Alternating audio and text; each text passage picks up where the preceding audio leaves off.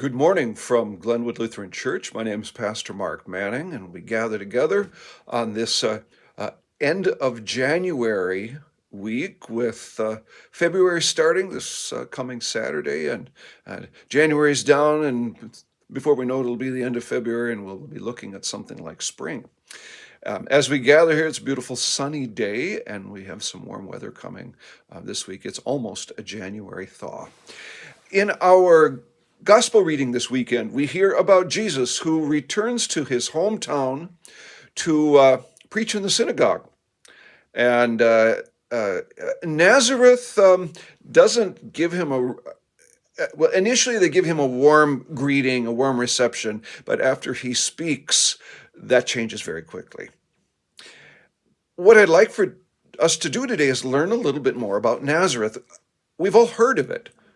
In fact, the Gospels, 17 times they refer to Jesus of Nazareth. I'll say a little bit about that in a minute. But to learn a little bit more about Nazareth then and Nazareth now, I think you'll find it somewhat interesting. Nazareth is traditionally, at Jesus' time, thought of, referred to as a Jewish village. It is the home of Jesus, hence in the Gospels, the reference to Jesus of Nazareth. And Nazareth is the name might come from a word, netzer, which means branch. And many scholars believe this is from Isaiah chapter 11, verse 1, the verse that says, from Jesse's roots, a netzer, or branch, will bear fruit. And that's seen not only as a prophetic word related to Jesus, but also the word itself, netzer, branch, lends itself to this word Nazareth. There's also an Arabic word, which is nasira, which is that's sort of an Arabic transliteration of netzer. And then there's also the word nazara, which is an early Aramaic word used in Matthew and Luke.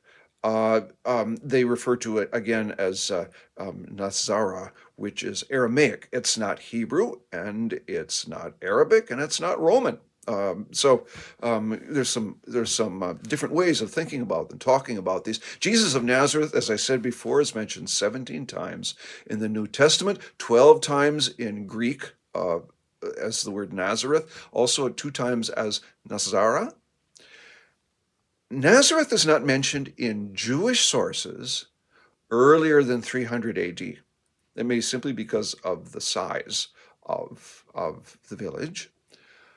And there's been some study, and scholars have vary on how big they think Nazareth was at the time of Jesus.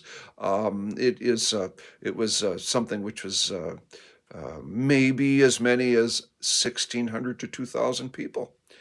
But that's been revised down a number of times. And one scholar's got it down to the size. It's no more than about 480 people. It's a small place. And that, I think, has to do with archaeological excavation and finding out really where the actual town site and buildings were. Now, Nazareth, now in our 21st century. Well, Nazareth now is just the city itself. Population 78,000 people.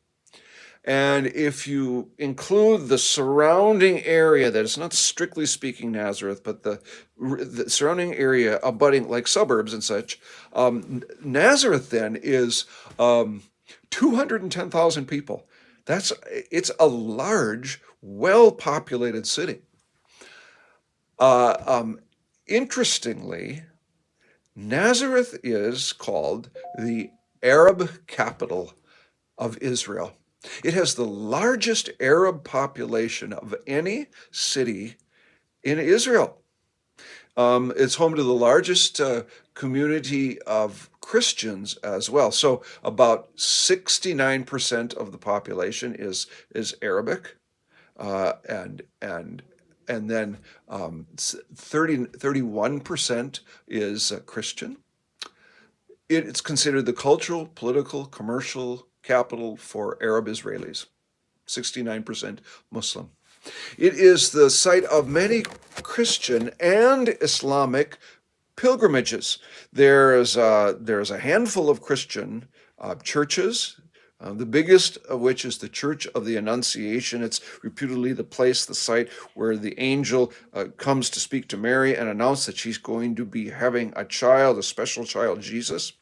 But since Jesus is regarded as a prophet in Islam, it is also a place for pilgrimage for Muslims and contains a number of mosques as well. So you have this very Christian and very Islamic site, very interesting because we tend to think of, again, of these places as primarily Jewish. It lies in a range of hills in the Galilean area, northern area of Israel, in a natural kind of bowl. I've been there when I went on my tour of Israel, and it's about 15 miles from the Sea of Galilee to the west and north, and it's about 90 miles north of Jerusalem. The climate is it's dry, it's moderate compared to us here in Minnesota.